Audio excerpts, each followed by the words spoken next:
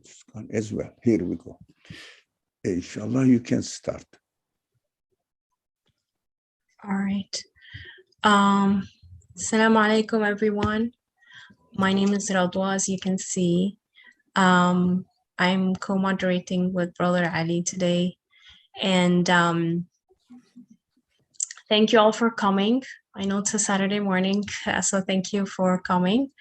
And Brother Ali, do you mind making the dua before we start the reading? إن شاء الله. أعوذ بالله من الشيطان الرجيم. بسم الله الرحمن الرحيم. ربنا هب لنا من أزواجنا وذرياتنا قرة أعين واجعلنا للمتقين إماما. رب اجعلني مقيم الصلاة ومن ذريتي ربنا وتقبل دعاء. ربنا هب لنا من لدنك رحمة وهيئ لنا من أمرنا رشدا. رب لا تذرني فردا وأنت خير الوارثين.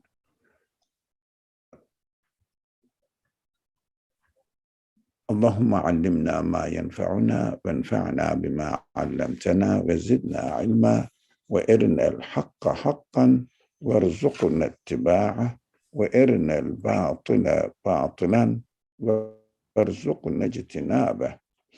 وصل اللهم على محمد وعلى آله وأصحابه وأتباعه وسلم. ربنا اغفر لنا وارحمنا وأنت خير الراحمين. آمين والحمد لله رب العالمين. Thank you. So I hope you all can hear me okay and see me okay. And you can see the screen I'm sharing. So if anybody's not seeing it or hearing me okay, let me know. We're continuing our discussion on the 10th word. And we are discussing the 11th truth today. It's a very interesting one. Let's go ahead and read. And I will stop at some sentences or phrases that I found intriguing. And at any point, if you feel like, okay, no, we need to stop here and discuss or reflect on it, please let me know.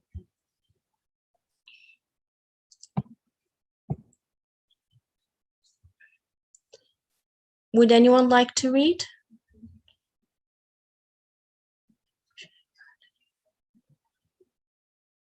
Okay. I'll do the reading today. All right. So the 11th truth, the gate of humanity and the manifestation of the name of truth. Is it at all possible that God Almighty, He who is worshipped by right, should create man within creation as the most significant of all of his servants, with respect to his absolute dominicality, and with respect to his universal dominicality in all of his realms, that he should make him the most thoughtful recipient of his glorious address, the most comprehensive mirror to the manifestation of his names, that he should create him as the most beautiful miracle of his power in the fairest of forms, in order to receive the manifestation of the greatest name, as well as that quality of the greatest name inherent in other names, in order for him to assess and perceive the contents of his treasures of mercy, that he should make him an investigator of secrets, equipped more than any other creature with balances and instruments. And he should make him the most needy of all creatures with respect to his infinite gifts, the one suffering most from annihilation and the one most desirous of immortality, that he should make him the most delicate, the poorest and neediest of animals, most wretched and subject to pain in his worldly life, but most sublime in disposition, in the highest of forms and characters. Is it possible that God Almighty should do all this with man and not send him to the eternal realm for which he is suited and fitted and for which he is longing?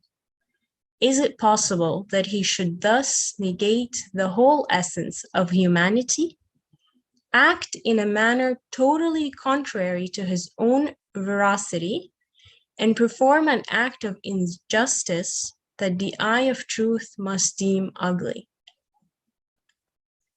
That is a very long sentence. Okay, so far, the author listed a lot of things of man. So talking about man and the creation of man. If you can all see this with me, he uses descriptions as, that man is the most significant of all of his servants. And then he speaks about of how he makes him the most thoughtful recipient, and then the most comprehensive mirror, the most beautiful miracle, and he goes on.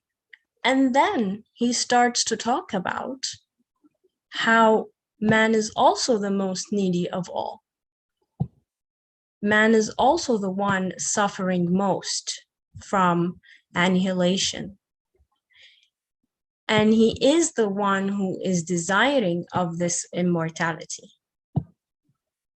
And then, of course, he poses a question, the author, and he says, okay, is it possible that, God would do all this with man and not send him to eternal realm for which he is suited and fitted and for which he is longing?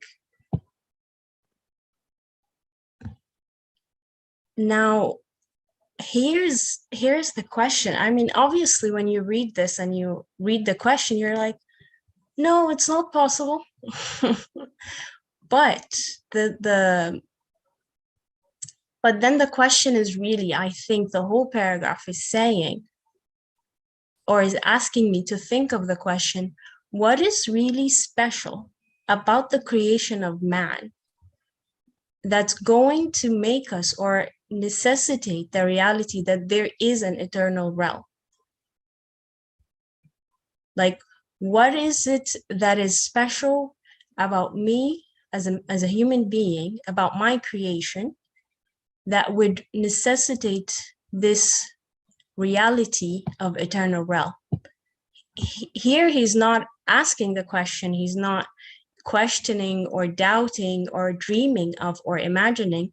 No, here it's very, he's positive and certain that there is an eternal realm, and he's using man, the creation of man, to actually come up with this conclusion.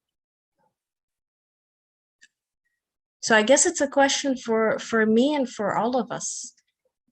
What do you think is special about this creation of man that would make us, okay, that would necessitate this reality, that there is an eternal realm?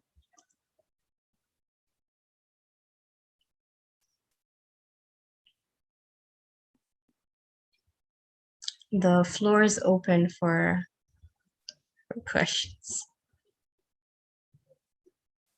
I want to make sure I'm seeing anyone who's raising their hand. Sure. Sarah, could you just repeat the question, please? Sure. So, Sarah, what do you think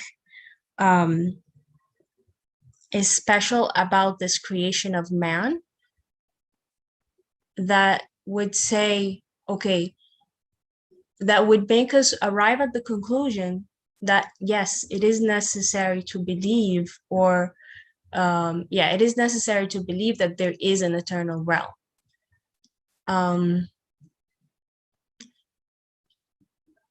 you can think about it. Of course, the question is a bit broad. So if I can narrow it down, it would be something along the lines, okay, what do you think? What have you observed within you that would say, okay, there must be an eternal realm? This cannot be it. What is it within you? Even if it's something you think of yourself or a feeling you feel, but what is it? I would like to go ahead and provide what I think, I mean, my opinion, I guess, from what I've known and gathered and my observations. And I would say that the faculties by which we are given reasoning capabilities or coming to conclusion by investigative nature, to arrive at conclusions by taking information that we are able to process. I mean, we have been given some sort of intellect and therefore accountability, and therefore we can investigate our inward self as we navigate the external environment and come to the conclusion that we have a maker, yes, we are made, and that's what I would like to say. Radwa, thank you for giving us the opportunity to respond to your question, and whatever you want to hear the explanation. Do you see the hand I raised there? You maybe get familiar with it. That's why I'm asking you now. Did you see it now? Yes, I can see it. Thank you. Just I lower it. So if somebody reads this text, it's a huge sentence. It is very unusual for an English reader, and doesn't look nice at all. It is not really a right way of speaking in English language, but original language of the text allows it. That is something else. If somebody just reads it quickly, without paying attention to the fine differences of the words that the author uses here, he will say, oh, this text is contradicting within itself. That man is the most significant creature of everything, and then man is the most vulnerable person, creature who is suffering. What do you mean? I mean, what is that? So I understand that the text is saying man as a human being, as a human side, is different from his body needs. In the realm of the plants and animals, we see that whatever the plants or animals need to continue their life, their senses are appropriate to the expectations of their needs. For example, the simple example, everybody knows that the dogs are really very sensitive about smelling. So they want to smell. They go and stop next to the pole or a corner and smell, and they recognize people from smelling, their smell. That's what they need, and it is provided. They can do that, fulfill that. But in the case of human beings, it is just the contrary. As far as my human capacities are concerned, as the text emphasized, that I am a best addressee of my creator. It means I go beyond the capacity and limitations of this universe, and what the qualities of this universe in its existence manifests, demonstrates to, I refer to the owner of these qualities, which is not within the universe, cannot be the same kind of creature as the universe is, or any part of the universe is. So I can communicate with the source of existence of this world. I speak, whoever is the one who created, gave existence to this universe. And you gave me my feelings and I can communicate with you. I can recognize you with my human capacity as to be a one which must be absolute in his qualities. And I can acknowledge absolute in his qualities and then address to him and listen to him because he doesn't have to speak to me verbally, but I see that the way he creates everything is a speech from its creator. So I can see by looking at his art how perfect the creator is, unimaginably different level of existence he must be, because it cannot be a part of this created world or this world. Even somebody says the universe is not created, all right, then it cannot be a part of this universe, the source of existence of this universe. So I am a mirror reflecting the creator's qualities within my own creative capacity, but not in the physical form, but also demonstrating that I am a masterpiece of the creator of this universe. You can see the highest level of as far as possible, of course, within the conditions of this universe, the highest level of his qualities manifested in my being. I am an intelligent being. I am a bunch of maybe innumerable number of senses I have been endowed with, and all these senses are open to eternity and with expectations, so that I need these senses to be satisfied. I am not a dog. Dog needs to smell, the capacity to smell, and it is his need, and it is given to the dog. But my capacity requires endless things as far as my feelings are concerned, my consciousness is concerned, endless, and they are not satisfied at all. The word says itself, look, I myself am in need of eternity or existence. How can I guarantee your expectations, which is open-ended, limitless? So as a human being, human beings are the masterpiece of the art of the artist of this universe. As an animal within the conditions of this world, I am suffering a lot. Why? Because the need is more. I expect more. For example, I understand that a bug needs some water. Just 1 or 2 drops of water is enough for them. But if I am very thirsty, if someone gives me 2 drops of water, I say it's nothing, almost nothing. Well, I'm suffering, still suffering, but I'm not satisfied.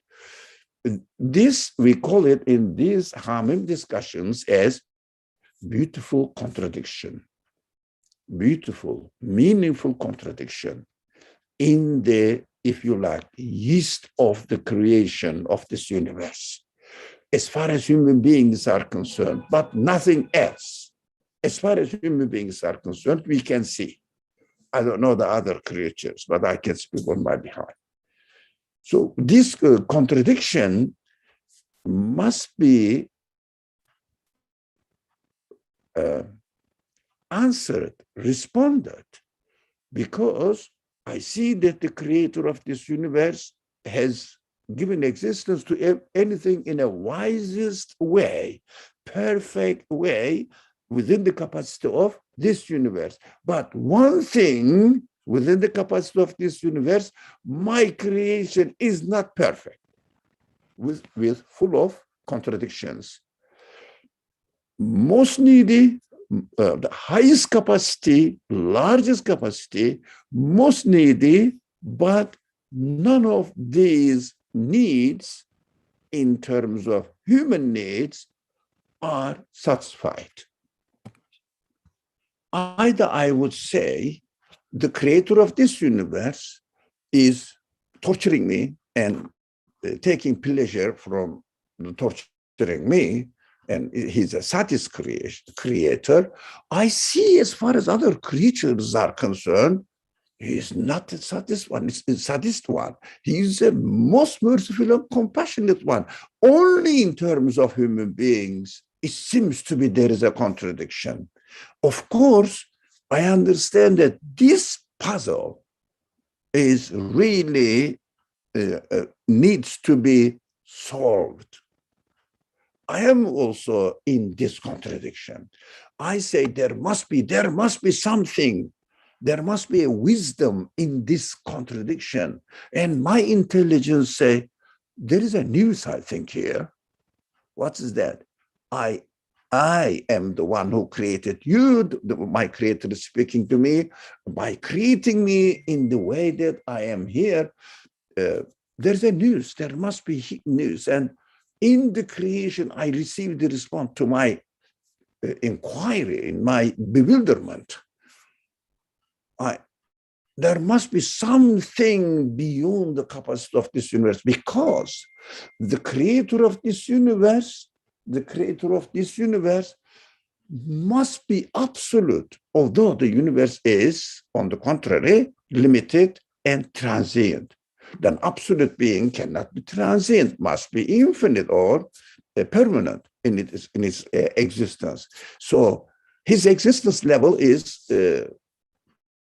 completely different from the created things existence level. So my attention goes or is drawn to the fact that there must be somebody who's taking care of this universe, and this one must respond to my need. But I cannot solve it, because there is no sign in the universe that there must be another creation. Only my intelligence forces me that there must be something else, Here we come.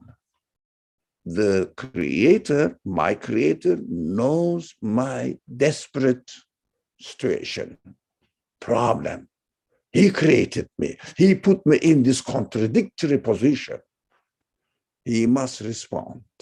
He must give the message or anything, tell me, and must satisfy me necessarily from the wisdom that I observe in the universe. I understand that the creator of this universe is or must be the absolutely wise one. There must be a wisdom in it. Just expectation, but I don't understand what it is. What is the solution? Now, he employs the prophet, sends the message, says, there will be another creation, type of creation, waiting for you, oh man. Oh, that is what I have been waiting. That is really cool to hear. So that is what I understand from this paragraph, that we have to see the contradiction within ourselves. It shouldn't be only an intelligent exercise or exercise of intelligence. No, I have to go back. Rationally, you may understand that, there must be something else. No, emotionally, you must feel it. We have to need to recognize our capacity. That is a must. We have to turn back to ourselves, ask which kind of beings we are. Ask ourselves, what satisfies me in this world? Nothing. I have a perfect creation, but it is fading away by getting old, aging. And at the end, I die. Whatever I desire, I obtain it, but as soon as I obtain it, it disappears. I need it again. I need it again. My need is endless, but whatever is given to me within the conditions of the universe is very limited, temporary, and very fragile.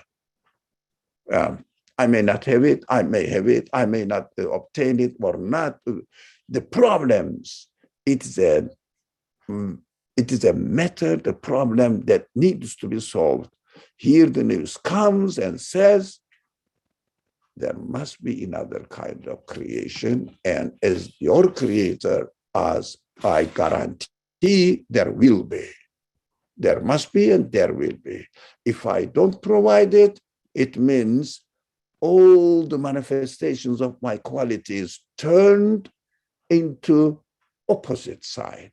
The universe, the creator of the universe, it creates everything in a beautiful way. And if there was no hereafter, second creation, another type of creation, this beauty becomes the ugliest type of creation. Why? Ugliest type. Why? Make me love existence, make me love beauty, and kill me at the end without receiving it. Isn't that a torture? This turns the beauty in the ugliest form of creator. It is impossible to accept this. There is no sign that this creator really enjoys torturing his art, his creation, his art, the most beautiful, most perfect art. It is impossible. So there must be a hereafter from my side.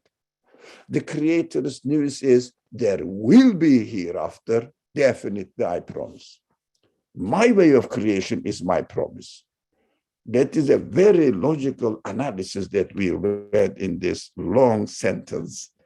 Thank you.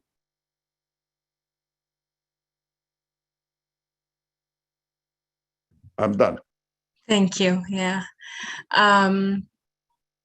I think for the contradiction, the contradiction is actually not very easy to notice within me. There are a few things that I have to confirm with myself. Like, first of all, I actually have to confirm that I am a comprehensive mirror, or the most significant. In simpler terms, that I'm actually something worthy. So I think that's, for me, that would be the first step, to confirm for myself that I'm worthy. And then the second step is to, when I notice my needs, because I'm tempted that when I'm needy to be ashamed of my need, or to be annoyed, or sort of hide my needs.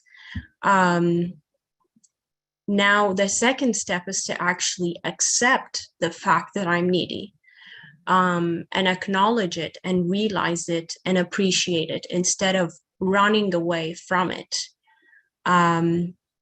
And then the third step would be to recognize, well, okay, if I'm worthy but I'm needy, what is this supposed to mean? What is the meaning of these two contradicting realities? Then I can come to the conclusion, after I figure that out, after I ask myself, okay, well, what is the meaning of being worthy? I could be worthy, and then what? What am I going to do with my worth? Or in belief terminology, that my existence is worthy. What am I going to do with a worthy existence if I'm going to die? And then ask the question, well, if my needs are endless and it's okay to be needy, then who can fulfill these needs, or when will they be met? Then I can come and slowly start to realize, well, these two contradicting, even though they're contradicting, there must be a common ground between them. They must be related. And then I think there would be a few more steps to take to come to the conclusion that, okay, there must be an eternal realm. There must be a way to fulfill all these needs, and a way where my existence is eternally worthy. It's not temporarily worthy, because now I can see it. So I like that you pointed out the contradiction, and I think in our daily experiences, we can take note of these small things first before we start to notice the contradiction. Because a lot of people just either stop at not thinking they're worthy, or hiding their needs, or not accepting their needs, and arriving at the conclusion that there is an eternal realm becomes very difficult.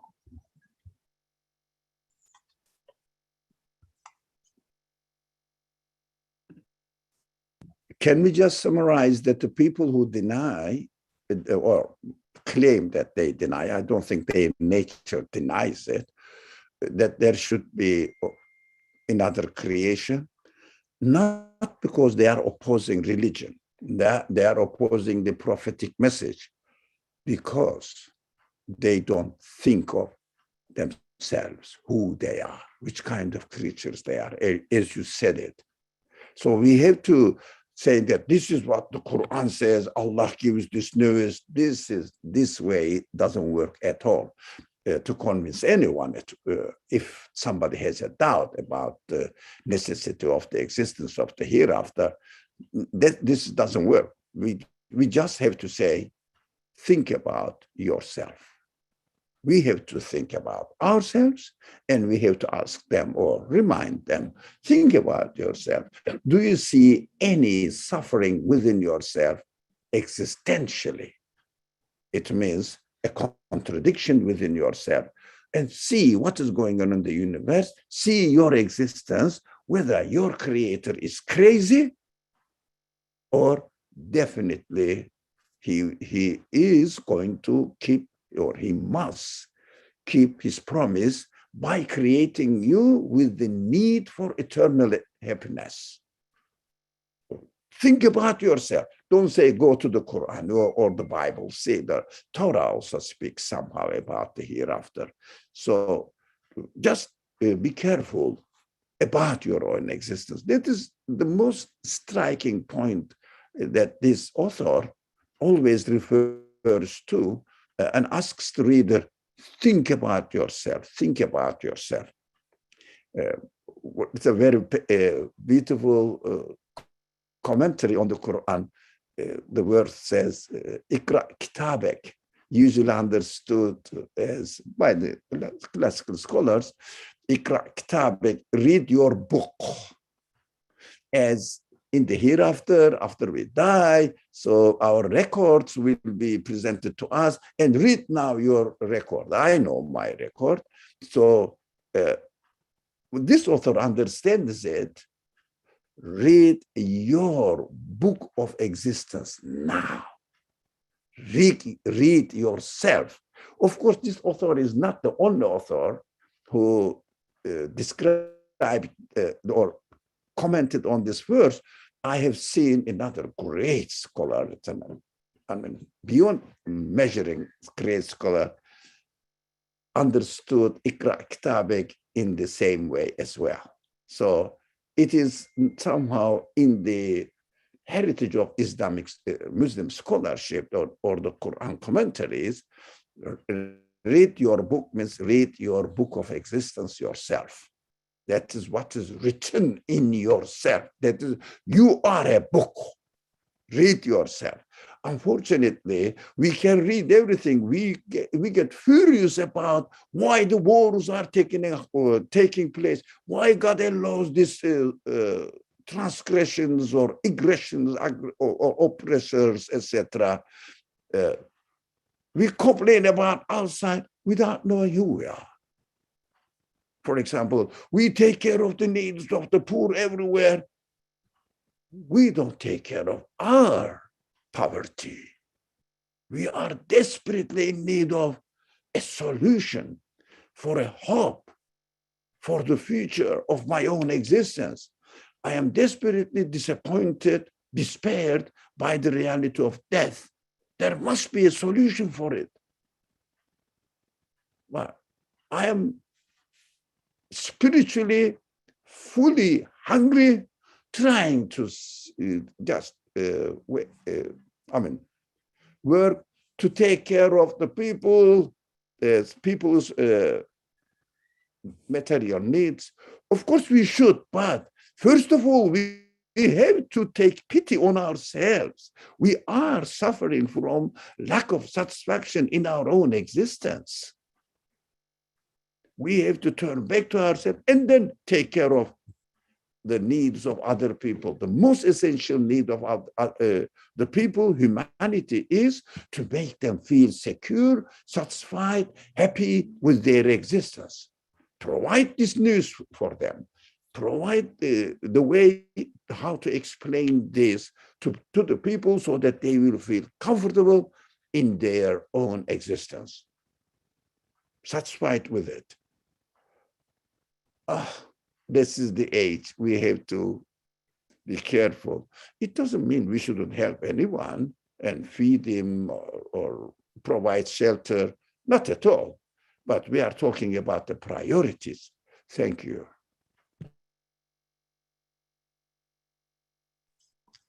Thank you. Who else wants to share thoughts or reflections about this contradiction?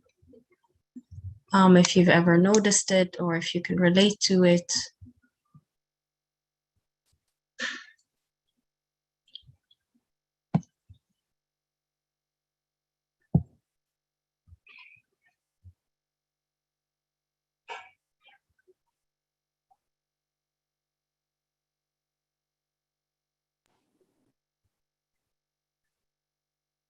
Go ahead, you can just unmute yourself and speak.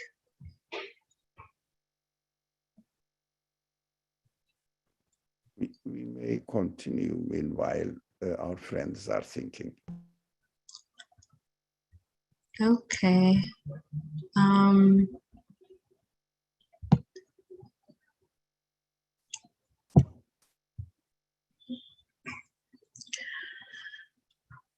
right. Again, is it all possible that he who rules justly, whose mercy is absolute, should bestow on man such a disposition that he took up the supreme trust, from which the heavens and mountains both shrunk, in order to measure and know, with his slight and petty measures and crafts, the all-encompassing attributes, the universal workings, and the infinite manifestations of the Creator, that he should create him the most delicate, vulnerable, weak, and powerless of beings, while yet entrusting him with the regulation of all the vegetal and animal life upon earth, and causing him to intervene in their modes of worship and glorification of God, that he should cause him to be a representation in miniature of his cosmic processes, that he should cause him to proclaim his glorious dominicality to all beings in word and deed, that he should prefer him to the angels and give him the rank of vicegerent. Is it at all possible that God should bestow all of this on man and not give him eternal bliss, the purpose, result, and fruit of all of these duties?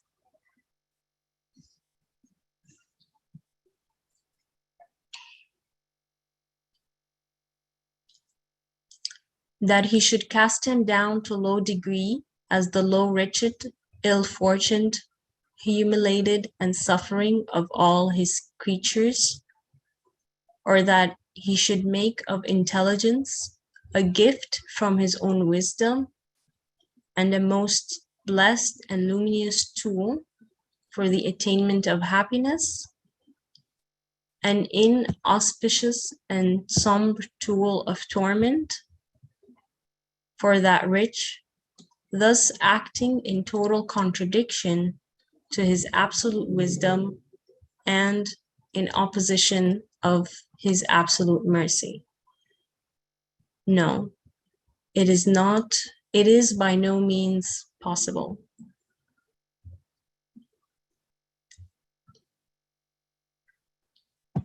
Okay, and another paragraph going on talking in the same way about the contradiction.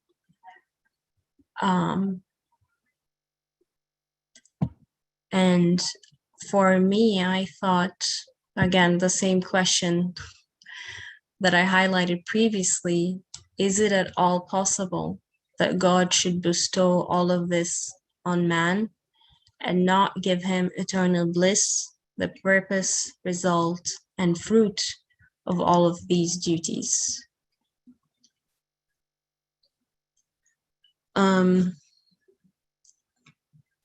I think for me, I would be repeating myself again, just to be saying, I have to recognize within me that, one, I want eternal bliss, because it's not always, for me, it didn't come easy to actually recognize it. And then recognize all these duties that I'm, for example, entrusted with being a vicegerent. I hope I'm pronouncing it correctly. And to actually wait or desire to see the result or fruit of these duties, while accepting or appreciating my weakness and vulnerability, or at least coming at peace with them. So I think it's a lot of noticing these two contradictions and truly coming or allowing myself to accept them both, and then looking for that eternal bliss, looking for that eternal realm, as we discussed earlier.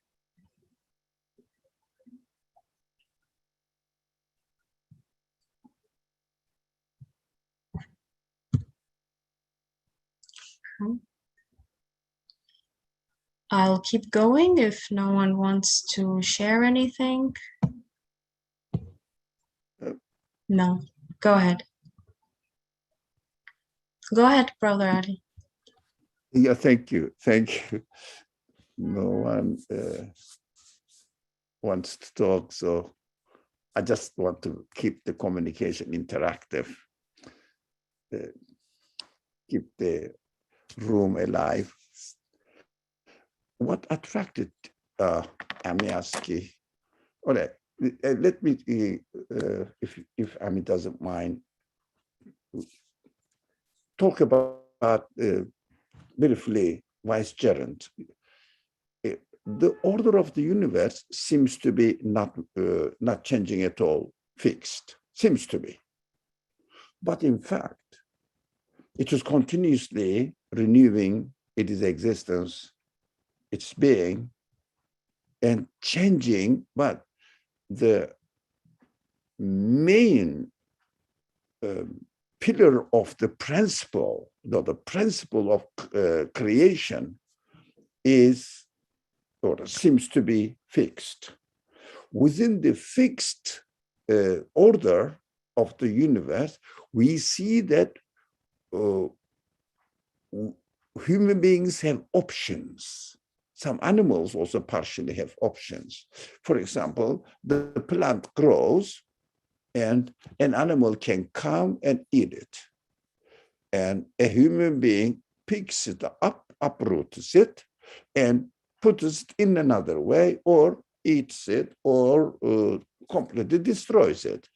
But we can do all this within the order of the universe. It means we cannot do anything we want. For example, we cannot extinguish the sun for example, or change the orbit of the Earth, etc. But within a limited area, we are given the ability to manipulate with the order of the universe. That is what vicegerence means. But the sentence here, very interesting. Actually, if you find out the sentences, causing him to intervene in their modes of worship and glorifications of God. Just a few lines up. Yeah. That 3 lines up the highlighted sentence. He should cause him to be in the miniature of, and then causing him, and cause him to put his glories. Yeah. What is it? And causing him to intervene in their modes of worship.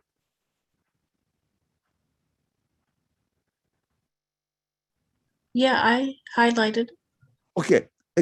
Now, the plants and animals are worshiping, or they are really glorifying God. How? Glorifying God means in their existence, when an intelligent person looks at it, they will say, the creator of this art, let's say I'm looking at a, let's say, and at a sheep, animal sheep. The creator of this sheep must have these and these and these and these and qualities. It means as if the existent body of the sheep and actions and the functions of the sheep is made in, all of them are made in such a way that they are demonstrating the qualities of their creator. By demonstrating their qualities of the creator, the author says they are glorifying God, worshiping God, announcing it, the creators or the qualities of their creator. But human beings can intervene it. How? The human beings are given the permission to do this, of course, within a controlled limitations. I can cut the plant and eat it. I can cultivate a land and plant some sort of vegetables there and use it. I can slaughter the animal and benefit from its existence, its body. Apart from reading, watching them, seeing the manifested qualities of its creator, but at the same time, materially, I can benefit from them. So I can change, for example, a sheep is really glorifying his creator, its creator in its existence. I can slaughter it and finish, give an end to it. So high quality, but again, as you said it, we see the contradiction. So also giving the authority so much, and authority requires responsibility. And the responsibility, when the authority is abused, misused, wrongly exercised, responsibility doesn't make any difference between those people who take care of their responsibility and those people who don't take care of their responsibility. There is a contradiction here. Again, at the end, we die. Because, you know, in English, they say, I think if I'm not mistaken, death is the most effective equalizer. Everybody becomes equal. Whether the best person, the worst person, whether the most obedient one, most disobedient one, becomes equal when we think of their end, which is death. But it cannot be, because the sense of justice put in my being cannot accept this. So this contradiction also really necessitates the existence of the resurrection in other creation. Sorry, I kept speaking a lot. Thank you. Oh, no, you're fine. Thank you very much. I've just been thinking as we've been reading this passage and commenting on it, that it's just it's a very deep and very rich exploration of this feeling that seems to be innate in our human existence. We do have such capacity and potential, and yet we are such, at times, just pitiful and miserable creatures. And we feel this inner instinctive need to find meaning. And unfortunately, it's all too easy to look for that meaning, that sense of meaning in this world around us. And so we look for it at sometimes in fellow human beings or activities or places or things. And the result is always the same: disappointment. And it just leaves this plaintive longing that is in us if we just slow down long enough to recognize that it's there. So I just find these readings really meaningful in the depth of exploration of this mystery that really does seem to lie at the heart of our human existence. Thank you.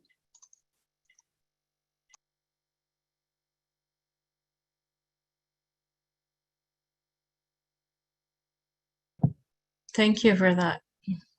Thank you.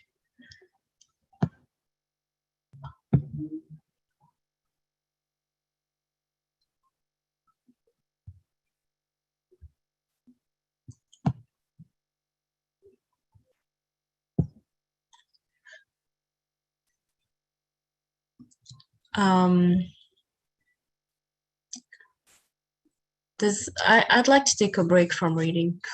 Can someone else volunteer to read? Sarah agreed, by the way. Thank you, Sarah. So whoever can see my screen can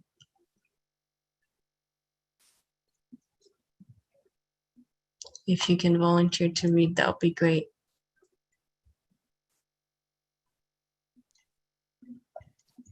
Go ahead, Sarah. Bismillahirrahmanirrahim. Thank you.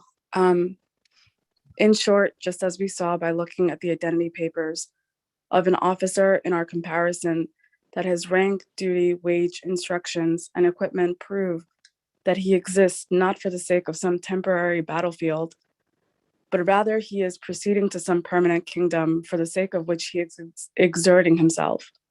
So too, those to whom truth and certainty have been unveiled are unanimously agreed that the subtleties inscribed in the book of man's heart, the senses written down in the notebook of his intellect, the equipment contained in his essential character are all turned towards eternal bliss. They have been given to man and fashioned in accordance with his ultimate goal. For example, if one servant and illustrator of the intellect called the imaginative power is told that you can have 1,000,000 years of life and rule over the world, but in the end you shall become nothing, it will react with sorrow instead of pleasure, unless deceived by vain fancy and interference of the soul. The greatest of transient things cannot then satisfy the smallest faculty of man. It is then this disposition of man, his desires extending to eternity, his thoughts that embrace all of creation, and his wishes that embrace the different varieties of eternal bliss, that demonstrates he has been created for eternity and will indeed proceed to eternity. This world is like a hospice for him, a waiting room for the hereafter.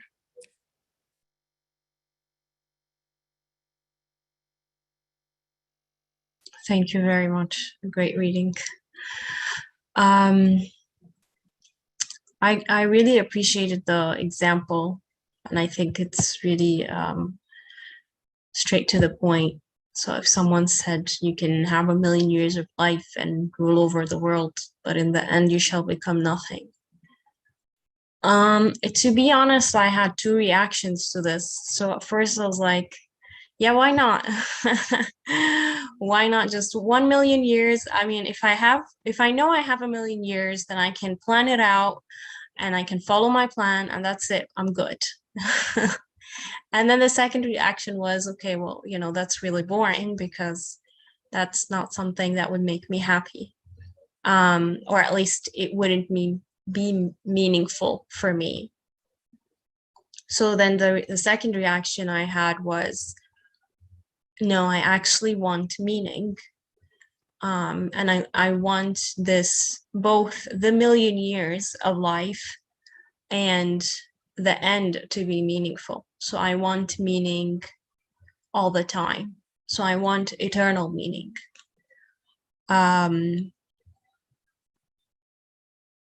So this is where I would say, okay, yes, I can confirm that an eternal bliss is something that I actually want.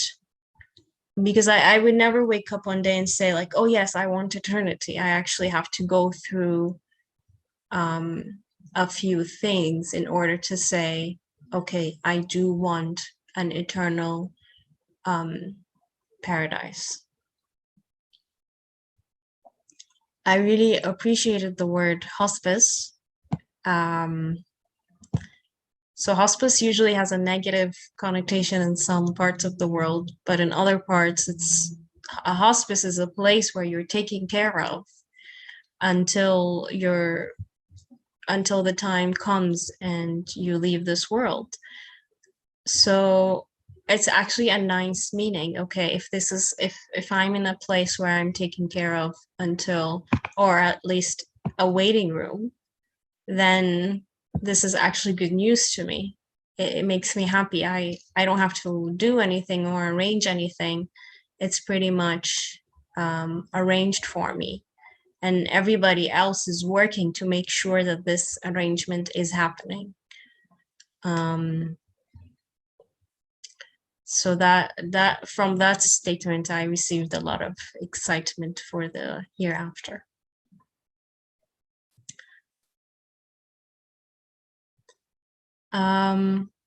We have 2 minutes left. If anybody wants to add last thoughts, go ahead. How about this phrase? Thank you for pointing out the nature of this word is like a temporary hospice. Yes, our body is taken care of, but our human needs are expecting death. That is inevitable. And this 1 million year of life, if somebody is said, okay, you are going to live for 1 year, 1 million year, and then you will die, because we are always, human beings are short-sighted within the conditions of this universe. When we don't notice and we don't use our human capacity fully, what happens? We don't really think further ahead. 1 million years, oh, that is enough for me. We say that we are going to enjoy for 1 year, 1 million years. Maybe afterwards I can get used to it and it becomes a standard. It's all right to leave leave everything behind. But in fact, we should think about in these terms. We are used to seeing a man around 70, 80 like me, and then saying, he's about to die now. It's expected. With 80 years is expected. But 20 years, if someone receives death at 20 years, we say, no, it shouldn't be. It is too early. Because of our imagination. If this normal lifespan was 20 years, we would say 20 years is that's okay. It looks like that it's the relative things according to our accustomed way of observing the life of human beings or other creatures. We have to think about it. We talk about it a lot earlier on. I remember on many occasions we repeated this in our Hamim discussions in this room, that we should think about like this: a perfect life, most satisfactory life, never getting aging or losing the power of our human qualities. Intelligence is perfect, remembrance is perfect, our memory is perfect working, everything is perfectly working. And we are asked that 1 million years guaranteed. Afterwards, at the end of 1 million year, completion of 1 million years, you are going to be fallen into annihilation, complete nothingness. At first, we don't feel the pain, but let's imagine we are not getting old, we are just satisfying ourselves, everything is perfectly working, enjoyable, and suddenly we found ourselves 1 year just before 1 million years. I'm enjoying every existence is perfect. So I am enjoying everything. I didn't get old. I didn't lose any of my limbs and faculties.